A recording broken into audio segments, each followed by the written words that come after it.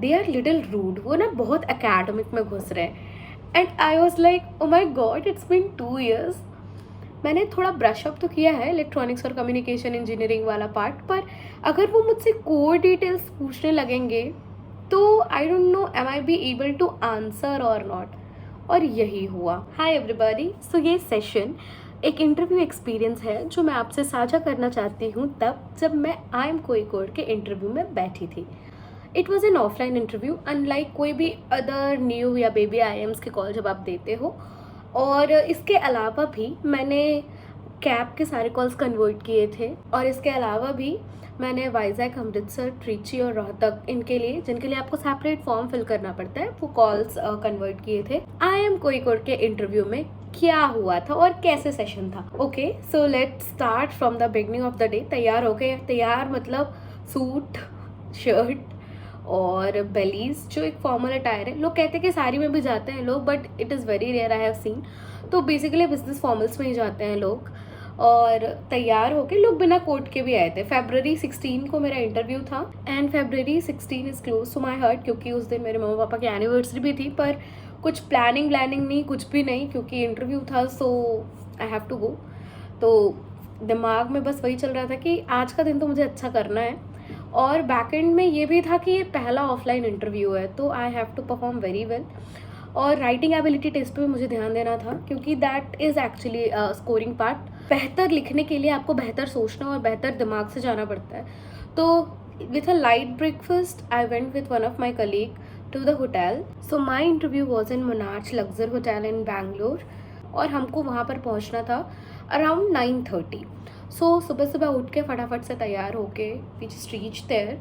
और उसके बाद वी हैड अ हॉल जिसमें हमारी सिटिंग हुई, और उसी सिटिंग में हमारे डॉक्यूमेंट वेरीफाई किए गए, एंड हमारा वैट राइटिंग एबिलिटी टेस्ट कंडक्ट किया गया. राइटिंग एबिलिटी टेस्ट में basically you have given with a blank paper जिसमें आपका टॉपिक लिखा होता है, आपके नेम और डिटेल्स आपको लिखने होते हैं. मेरा जो टॉपिक था वो था peace of mind is a myth. मतलब ऐसे एब्स्ट्रैक्ट टॉपिक ही आपको जनरली वो देते हैं, जिससे वो आपकी शायद राइटिंग स्किल या कंक्लूजन स्किल्स, किसी पॉइंट पे आकर के आपका परसेप्शन कैसा है, ये देखने की कोशिश करते हैं. राइटिंग एबिलिटी टेस्ट के बाद स्लॉट्स अलग अलग बन गए. There were 6 different slots. मैं स्लॉट 2 की 6th मेंबर थी टू बी इंटरव्यूड. तो आई रिमेंबर मेरे से पहले जो लोग जा रहे थे ना, when they were coming back, आप ये करते हो, आप पूछते हो कि कैसा चल रहा है उधर या क्या हो रहा है. तो किसी एक ने तो मुझे कहा कि वो ना बहुत एकेडमिक में घुस रहे हैं. And I was like, oh my god, it's been 2 years. मैंने थोड़ा ब्रश अप तो किया है इलेक्ट्रॉनिक्स और कम्युनिकेशन इंजीनियरिंग वाला पार्ट, पर अगर वो मुझसे कोर डिटेल्स पूछने लगेंगे तो I don't know am I be able to answer or not. और यही हुआ. As soon as my time came, it was around 11:45 when I entered the panel room. और उसके बाद वहाँ पर 2 टीचर्स बैठे थे जिनको मैं अब देखती हूँ तो I feel like, oh my god, they are the one who selected me, who interviewed me. So when I reach there I was with my documents and they asked me to sit. सो बैठ जाने के बाद the first question they asked me is, okay Shubhangi, you are EVM engineer, tell me the full form of EVM. तो it was electronic voting machine of course. पर introduction जैसा कुछ था नहीं कि इंट्रोड्यूस योरसेल्फ, बट जनरली वो पूछ लेते हैं. आई थिंक जब इट ऑल डिपेंड्स ऑन कि आपका कैसा इंटरव्यू होने वाला है. तो इंट्रोडक्शन नहीं था. They literally jumped on the question of based on my profile. Second question उन्होंने मुझसे पूछा कि रिसेंटली एप्पल ने कौन सा प्रोडक्ट लॉन्च किया है मार्केट में. I think it was the time जब एप्पल ने iPhone 14 लॉन्च किया था. तो आई टोल्ड हिम कि सर एप्पल ने iPhone 14 लॉन्च किया, एंड ही आस्क्ड मी कि एप्पल के कोर फीचर्स किसी एंड्रॉयड के कोर फीचर से कैसे अलग है.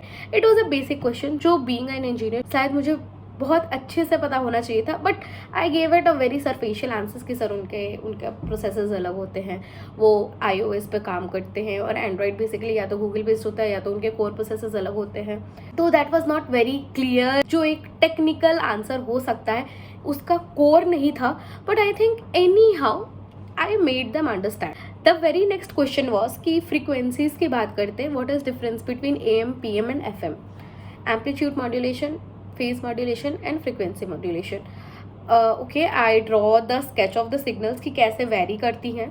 और मैंने उनको बताया कि कैसे ये तीनों चीज़ें अलग है एक दूसरे से। The very next question they asked me इसकी is it your first CAT attempt? तो मैंने उनको कहा हाँ। एंड ही आस्क्ड कि फिर इतनी अच्छी जॉब छोड़ के या किसी गवर्नमेंट ऑर्गेनाइजेशन को छोड़ के why you वांना do your MBA?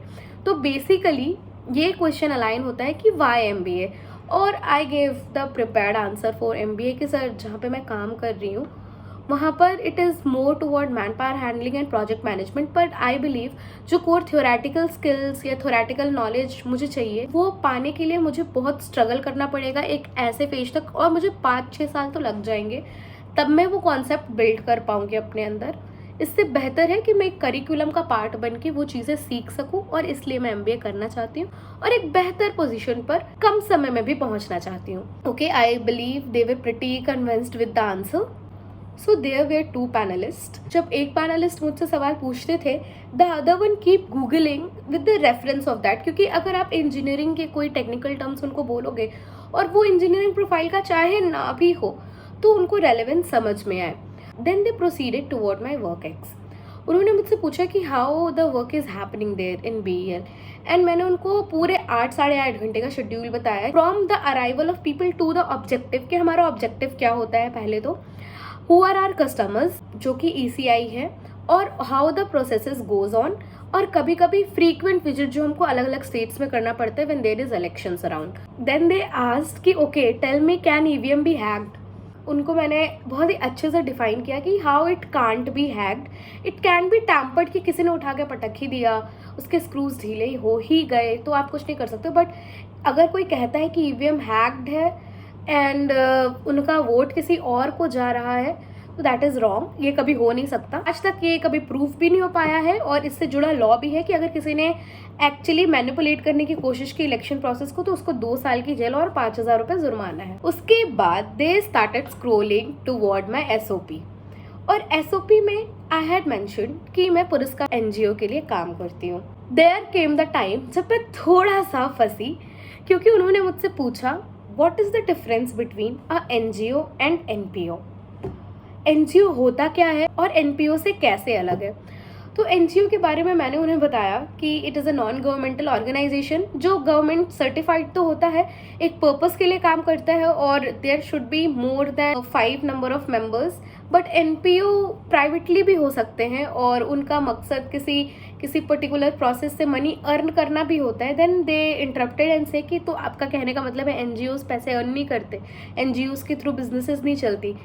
और तब मुझे स्ट्राइक किए कई सारे NGO जिनके तहत कई स्मॉल बिजनेसेस चल रही हैं। उनका ये sir it also happens, but I think NPO का पर्पस प्रॉफिट जनरेशन नहीं होता, जितना भी वो कमाते हैं आपस में वो बांट लेते हैं। उन्होंने फिर इंटरप्ट किया कि NGO का भी पर्पस प्रॉफिट जनरेशन नहीं होता है, वो बस सपोर्ट करते हैं, लेकिन कोर डिफरेंसेस क्या हैं? आई थिंक वो मुझसे थोड़ा टेक्निकल एस्पेक्ट जानना चाह रहे थे। जैसे बेसिक जो डिफरेंस है NPO और बिजनेस के बीच में वो ये है कि NPO किसी को, जो उनके पार्टनर्स उनको डिविडेंड वगैरह नहीं देते, जो भी प्रॉफिट जनरेट होता है वो सिर्फ वर्कर्स को और बिजनेस की प्रॉफिटेबिलिटी और नेक्स्ट सेशन के लिए जाता है। NGO में जबकि ऐसा कुछ भी नहीं है, वो एक पर्पस को ओरिएंट करते हुए अर्निंग नॉन अर्निंग हो सकता है, वॉलंटियर वर्क होती है वहाँ पर। तो और दोनों को अलग अलग सेक्शंस के तहत रजिस्टर भी कराया जाता था पहले, नाउ इट इज़ मर्ज्ड। आप ज़्यादा रिसर्च कर सकते हैं, but at that point of time मुझे ये चीज़ नहीं पता थी। और फिर मैंने उनको रिलेट करने की कोशिश की अपनी मेस कमिटी से। देन दे आस्क्ड कि it is committee, now tell me the difference between a group and a committee, और NGO committee NPO group, how are they working? Oh my god, I lost it. इतनी बारीक चीज़ कि इनमें ना ऐसे बस silver line का डिफरेंस होता है। I try to convince them with example, जिससे मुझे हाईली कन्विंस तो नहीं लगे, बट ठीक है क्या कर सकते हैं। NGO से जुड़ा एक और सवाल उन्होंने मुझसे पूछा कि do you know who is Rajendra Singh? And I didn't knew. वो एक समाज सेवी थे जिसके बारे में तब मुझे बिल्कुल नहीं पता था। तो आई टोल्ड देम कि मुझे ये तो नहीं पता कि राजेंद्र सिंह कौन है, मगर मैं बिहार से हूँ, मुझे राजेंद्र प्रसाद जी के बारे में पता है, पर मुझे कोई आइडिया नहीं है कि राजेंद्र सिंह कौन है। तो मुझे समझ आ रहा था तब कि आई लैग्ड एट 2 प्लेसेस। एक तो जब मुझे newly launch product electronic score के बताने चाहिए थे, तब I was not able to tell them.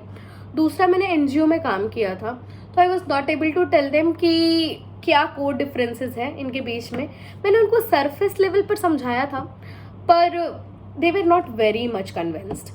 उसके बाद मैंने पंजाब के यूथ फेस्ट में पार्टिसिपेशन की बात लिखी थी। तो उस वक्त फार्मर्स लॉ का काफ़ी विवाद चल रहा था, तो उन्होंने मुझसे कहा कि अपने शब्दों में तीनों लॉज जो है फार्मर्स लॉ वो बताओ और आप किसके साइड पर हो। पर मैंने काफ़ी न्यूट्रल स्टैंड लिया वहाँ पे। मैंने तीनों स्टेट किया और मैंने कहा कि मैं चाहती हूँ कि गवर्नमेंट डिसाइड करे। ये एक हाईली पॉलिटिकल इशू है, अगर हम अपनी साइड से देख रहे हैं तो we are looking upon something different aspect, पर अगर किसानों को लग रहा है कि इट इज़ प्रॉब्लमैटिक तो हमको उनकी भी बात सुननी चाहिए। So after that, they asked me very simple question. Your college was in Ludhiana, Guru Nanak Dev Engineering College, and your university was in Jalandhar. So have you ever been to Jalandhar? And I said yes. So उन्होंने मुझसे पूछा कि कितने kilometre का distance है आपके college और university के बीच में। So that was basically trick question. वो जानना चाहते हैं कि आप अपने आसपास की चीज़ों से कितने अवेयर होते हो। एंड आई सेड देम कि सर अराउंड 70 to 80 किलोमीटर्स का डिफरेंस होगा, क्योंकि एक बार when I have been there it took me 1.5 hour to reach, और वही था आई थिंक 77 किलोमीटर्स के अराउंड। तो मेरे मन में तो चल रहा था कि पता नहीं इनको मुझसे कुछ फ्रूटफुल मिला है कि नहीं। इसलिए मैं आपको एक गाइडेंस के तौर पर यही कहना चाहूँगी कि आप अपने टॉपिक्स को पूरा ब्रशअप करके जाएंगे ताकि आप लैक ऑफ कॉन्फिडेंस वहाँ पर फील ना करें और एक जस्टिफाइड आंसर दे सके। लेकिन at the same moment of time वो आपको जज करने के लिए बैठे, आपको सेलेक्ट करने के लिए बैठे। Even if you lose 1 or 2 questions, try to not lose the track. आप आंसर्स कीजिए, आराम से उनके क्वेश्चंस के साथ चलते रहिए और try to give something from your SOP जिसके बारे में आप हाईली कॉन्फिडेंट हो और आपको उससे एक अच्छा सोसाइटी और एक अच्छी इमेज बनाने का मौका मिल सके, उनके सामने प्रेजेंट करने का मौका मिल सके।